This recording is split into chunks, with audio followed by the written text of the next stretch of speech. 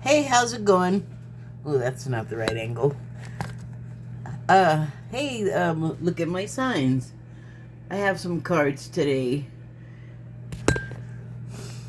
and I pulled them because this phrase kept coming through my head the other day, and it was "Stop trying to ruin my user experience."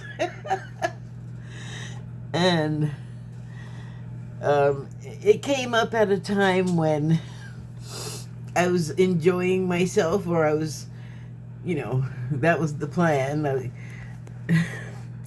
don't really have to explain it too much, except that I just had gotten like it was sort of like when you have gotten something that you're really super like a box of something that you've ordered, and you're super excited to open it up, and you've been waiting for it, and you've been thinking about it, and you want what's in that box, and every time you try to open it up, and you can't even like get like one little bit unglued, or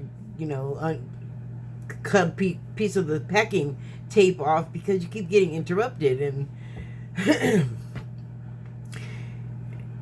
or you're like sitting down to eat and you keep getting interrupted, or you're about to turn on your favorite show and you keep getting interrupted. It's like that feeling. So something was happening, and that's when the phrase popped in my mind. And I was like, yeah, what are you trying to do? Why are you trying to ruin my user experience? Am I doing that to you? And like, this is all going on in my head though, and I'm thinking, am I doing that to you? And then I was like, oh wow, am I doing that to anybody?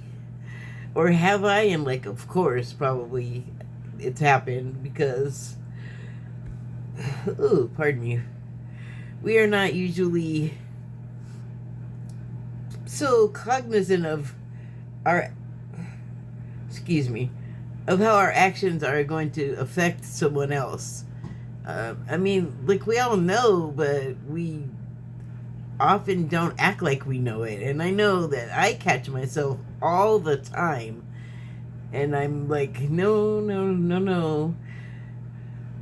I'm better now, because I'm catching myself like before, way more than I'm catching myself during or after some befoulment of someone else's user experience.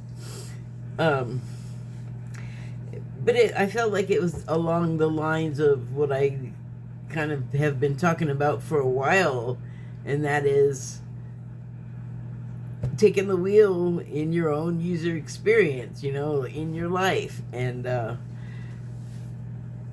me, that means like when you're young until you get to be an adult. I can't speak for everyone, but well, I I had to start early, but I think that it depends on the person. But generally, when you get older is when you start to figure stuff out, and you've already like made the mistakes. And some of us make the mistakes and take a really long time to examine, the who, what, where, and why of it. But like the later in life you get more time to yourself, like especially if you start getting to the age where like all the people start passing away, you know or if you're like me, where that's kind of been the case since early on. But that's a whole nother story. But I also don't live near my hometown and my people that I grew up with, and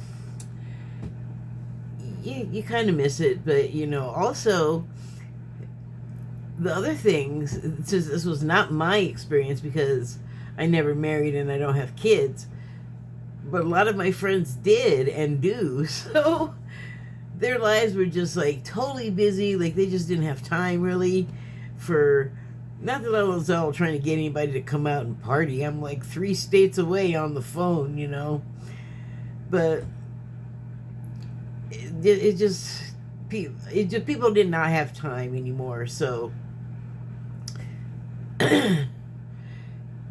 you like I was saying, that's like been my experience, but it left me with a lot of time to think about stuff, think about everything.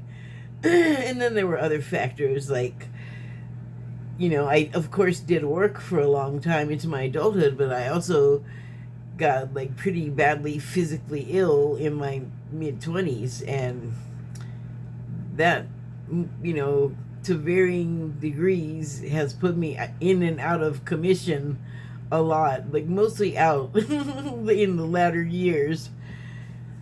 um which also gave me a lot of time to sit around and contemplate things and come to the sort of conclusions that you can make once you get older. And everybody's different, like, I do this and talk about the spiritual stuff because it's of interest to me, but it has not been like my lifelong crusade, or not even crusade, but my devotion has not been to that, to anything really. But I've always known like a little bit of it around the edges, and then like I've read like stuff when I was really young that I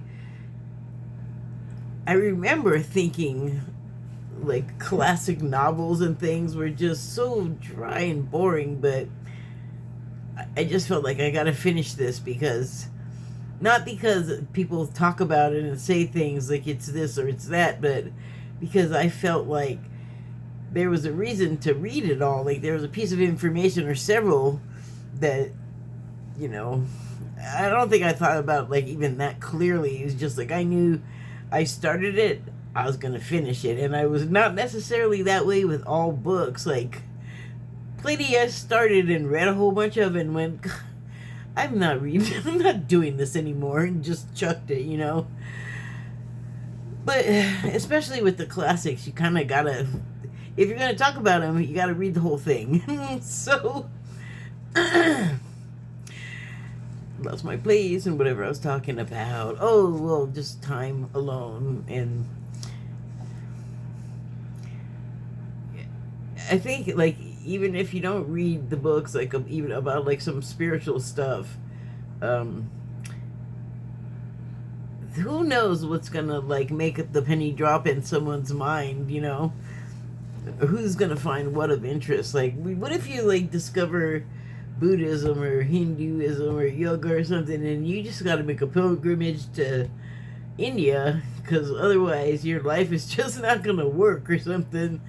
And I understand that intellectually, but I personally have not had that experience. But anyway, so just the idea of like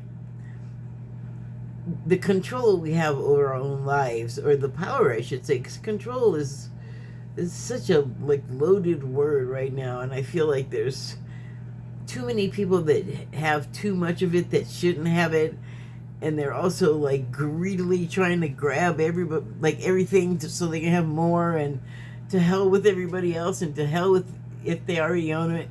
It's like, we're just gonna manifest destiny your life.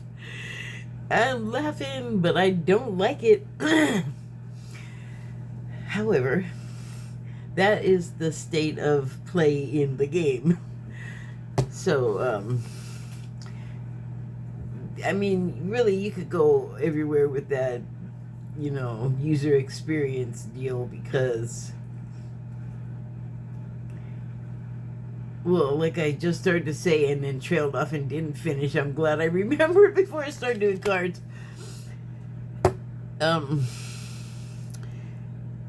We have the power to make our lives go any way we want. We just, I think, are not very practiced at it. Like, I think we know if we get really angry at whether it's about some injustice or not. Kind of depends on who you are, but if you just get so mad one day because you just can't anymore, like you've taken like all of the the back talk and the backhanded or the insults and whatever the slings and arrows of your life. But there are many amongst us that take a lot of crap all of the time, and there's a good portion of the rest of us that do not comprehend that this is what's happening. If they know about it, they'll say like, "Oh, you're being dramatic" or whatever, or they'll try to talk you out of it somehow. But if you know somebody who hasn't experienced it, because it's impossible for them to, because then they're not your age, not your race, not your whatever. They're just not anything that you are. So whatever they are, they're not going to have the same experience. So you can be calm and, I don't know, I guess gather information about the moment, like learn in the moment. Or you can do something that I heard a lot growing up, which is act a fool and lose your mind and Karen out and, I don't know, get tased and get your neck stepped on and whatever. That's like the really rudimentary, I think, ways of you can make a conclusion if you go into a situation, and if there's going to be a difference if you act a fool or if you act very cool and observant. And so right there you're faced with a couple of choices. What do I want? Do I want to experience all the crap that acting a fool is going to put me through and anybody attached to me probably? Or the other way, where I'm not saying stuff is not going to happen, but you're not jumping into the middle, you're not jumping in front of a bus just to see if you can jump out of the way fast enough, calmer, cooler, you're maybe all of a sudden you can do math, and the bus is however many units of measurement in that distance, and how much time it's gonna take at the rate of speed the bus is going to get to the place in front of where the bus stop is, where you're standing. And yeah, that is, I can't believe I even got that out that coherently. Well, it's an abstract math problem. That might be why. Don't get sidetracked. But that's what I'm saying, though. You have unexplored, I think we all do have these regions where we just have not even really given ourselves a chance. Yeah, I vaguely know there's a Sahara desert over there, but I don't feel like I'm equipped to do anything with it, even look at it or go in it, which I'm just dreaming that up. But I feel like we kind of put that kind of obstacle in front of ourselves, some of us. I'm not one of those people that's hustle, and work 24/7 and gotta get that bag. That is not me. I absolutely do not want to do all of that work and hustling and screw that. There's got to be a better way. There's got to be an easier way. So anyway, and if I cared about that stuff, I'm sure I would have it, but I do not. So choices, and that was do I want to deal with all of that? Do I want to go to the school and deal with all the personalities and college, university? Sounds terrible. I think I just did not want that experience. Can't you tell I still am kind of not into it? And it's fine. I've been to college parties. I know friends that have gone. I've even gone with some friends to classes. I've gone to specific classes at the local community deal, but the whole experience, I don't know. And that's Well, it was. I don't know what's what today, but that was like the way you did it, the American way. You went to school, you did the best you could, you got the best job you could, and blah blah blah. You got the house, the family, blah blah blah. Things are different these days, and I've come to see that you go spend all that time and money and end up with knowledge you have nothing to do with. Like you would have, now I have this and it's useless. So you're just like me, you didn't even go and bother. See, I'm poor without wasting all the money. We're in the same place. But anyway, that's kind of what I mean about, like, you know, we can take it, we can be powerful. Like, we have the capacity, and I feel like a lot of us, including me, I mean, I'm not trying to put anybody down here. Trust me, if I thought I could do it sooner, I would have started working on it sooner. If I would have known in my 20s, I mean, I'd be like teleporting right now or something. Because that I feel like I could apply myself to. Anyway, did I talk all of the time away? Oh my goodness. Okay, so pull some cards from the hell deck is this? Sacred Soul Messages deck. And wait, is that the first one? I don't think it is. Okay. So, oh well. Here's the first card.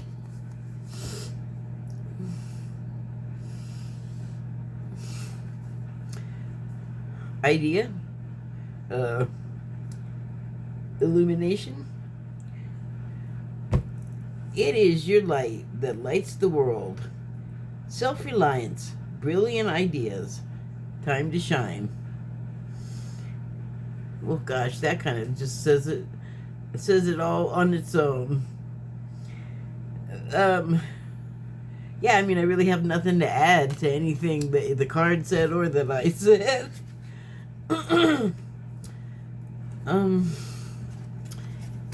This next card.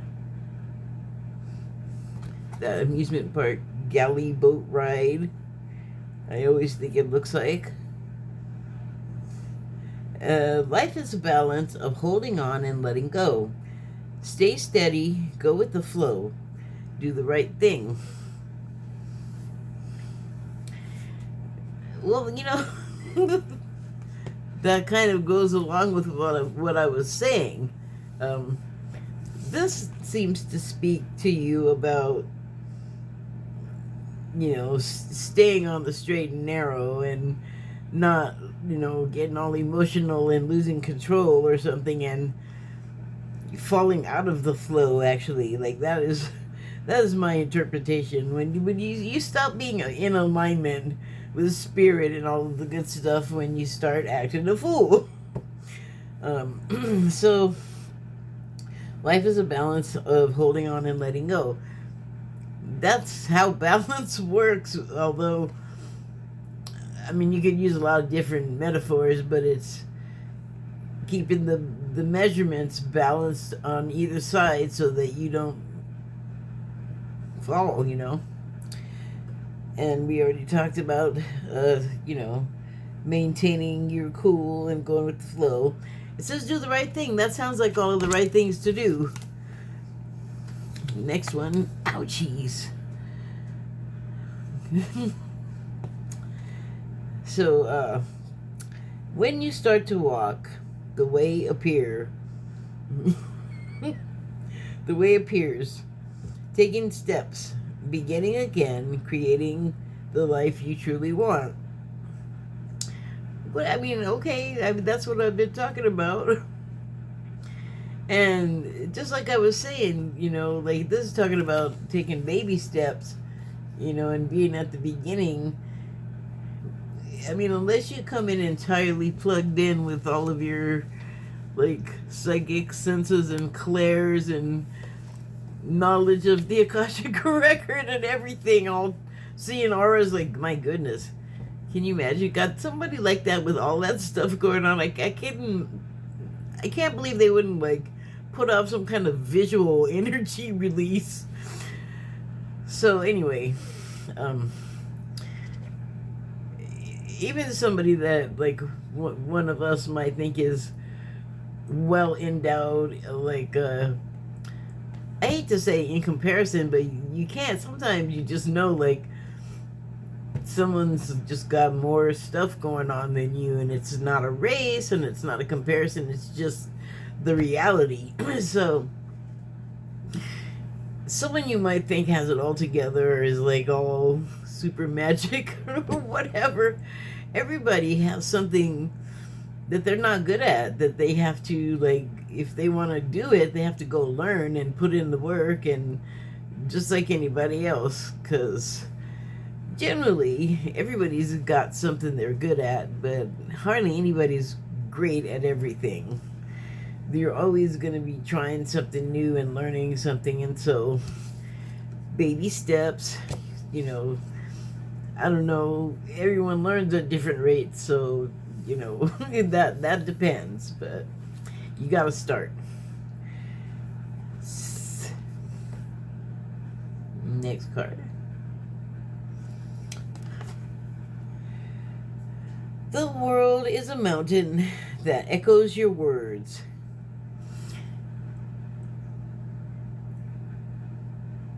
The heck was that? I hear the weirdest things sometimes. Oh, the door's open. That might have come from outside. It sounded like a singing bowl, like a metal one, which I am pretty doggone sure none of my neighbors have. And they take down the wind chimes around here in the wintertime. I don't know why. So I'm pretty sure it wasn't that. But it sounds like one like metal bowl, just one ringing. And the other thing that I hear all the time, and it's so strange, it is very strange. I text on my iPhone with very few people. I communicate in general with very few people. So and usually it's by like social media. So I don't hear the iPhone text noise, the conversation sound, like after you've already like answered and are going back and forth with someone. Every time you put up a message or they answer you, there's a sound. So I'll be sitting here and not on the phone, like that's not the phone I'm using to do this. This is an Android, and I will hear that sound, that swoosh, and it's not like the whooshing that you hear in your head from, I don't know, there's like some kind of medical condition that makes a whooshing sound, but that's not the only reason you would be hearing that, you know, like in your head. So, but it's not that sound. It is the iPhone messaging sound. It's so weird. So, and now I'm hearing Tibetan bowls. Awesome.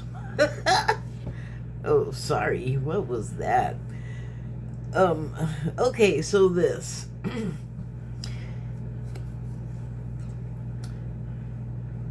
you ever think about how you're in a place where you have no idea what the acoustics are like, and you could say something and like, because of your unawareness and you're in this place with weird acoustics, you could say it loud and then like the whole place from end to end gets a huge earful of whatever you're saying that was like an excited utterance between you and the person you're talking to. Like you actually don't want to say it that loud, and you certainly don't want it broadcast throughout the whole place. And that reminds me of another thing. This is not really to do, well, maybe it is, let me just say it. I was reading something about medieval churches, or like well, it was like the chapel of some royal over, I don't remember which country, somewhere in Europe. And so that it was a female, and she had to deal with all these like conniving men, and they wanted her money, and they were just like terrible with her. But like the monks or some kind of like religious person on the staff, and maybe like servants or whatever, were on her side. Well, I think it was like the monk and then like some other like court person. It wouldn't have been a servant. Like maybe there was, but these were people that could like affect control on her behalf, since she wouldn't have had like maybe like the monarch husband or duke husband died, like whoever it is, the man died, and so because it was those times, she, you know, was barely more than like the the horses in the stable. Like she was also like dowry chattel. Any woman. So anyway, in this whatever I was reading, there was this intrigue going on, and there was a plot to like murder this woman and then take everything. And in the architecture of her chapel, there was a spot that you could stand in, and you could hear all these places all over the chapel, but they can't hear you. So, or I guess you can be heard. I don't know. Let me remember this. Something about this little alcove. The story talked about like a couple of people standing in it, a small, and being able to have like a private conversation, or be able to hear other places from where they were standing, and the person in the other place would have no idea because it's invisible acoustics. So I guess I'm reminded of those things because when you're out in nature, especially the higher you go, the less facility there's going to be. There's no, like, cell towers and convenience stores. That stuff is not going to be there. The higher you go, the less frequency of those you're going to see. And so, probably also just architecture in general. So you're out in nature with nothing to mess with the sound. And it carries, right?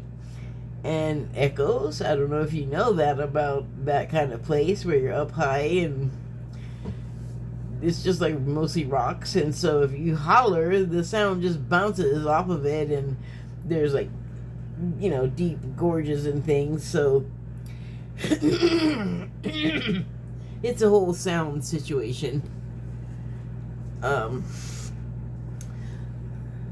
So the world is a mountain that echoes your words. Maybe tone it down. Maybe have some in the head thoughts. You never know how. You don't know if you're being heard and you're unaware, like you're unwittingly being overheard. Yeah, like even the overhearing person might unwittingly be like, wait, what? I don't know. I mean, depends on the situation. Rest of the card says reflection. Seeing affects what you do matters. So I could go two ways with that reflection. You could go with the mirror where you do that self-examination thing, and you know, a mirror really, I mean, if it's just a plain old mirror, it's gonna tell you the straight truth. You know, it's not gonna lie to you. And what you do with that becomes part of the reflection as well. Or you are reflecting like being on the mountain there and saying something too loud that maybe you don't want to be overheard. Like that is a reflection of you being loud, of you being seen and heard. Maybe you're aware of it, maybe you're not. Do you think about these things? Should you think about these things? Do you want to be careful so that you're not seen and overheard when you don't want to be? You got to take care that, you know, your echo is dampened, basically. And also, for this, seeing affects what you do matters. That, I mean, that let me just dumb it all the way down. You see a baby in a carriage and its mother is engaged in conversation with another mother and not really paying attention, so you think. And the baby has a little lollipop, but the baby fell asleep, so the lollipop's just lolling in the baby's hands. So you think you're gonna go over and yoink. I don't know why, I just am dreaming up a scenario here, but you think you're gonna go over and yoink that lollipop out of the baby's hand. And you think mama's not paying attention and mama's preoccupied, and you put your hand on, like, even near the baby. You probably even walked up and there's all kinds of alarms and sensors and things going on in the mother that you are unaware of. And you go to grab that lolly and that mom's hand flies out like a whiplash, and the look that kills, and you're so busted and embarrassed in the whole thing. And so I don't know what you thought. Like, you thought you were going to get yourself a nice little sweet and run off and nobody be none the wiser. But you were shown the error of your thoughts. So I think that kind of thing is what it means by seeing affects what you do matters. Oh, sorry, seeing affects what you do. That is a weird phrasing, isn't it? Seeing what you do. I'm not going to mess with it. Maybe it can't be fixed. Okay, here's the last card. I'm not thrilled with those. There's a lot of those lately in the news, and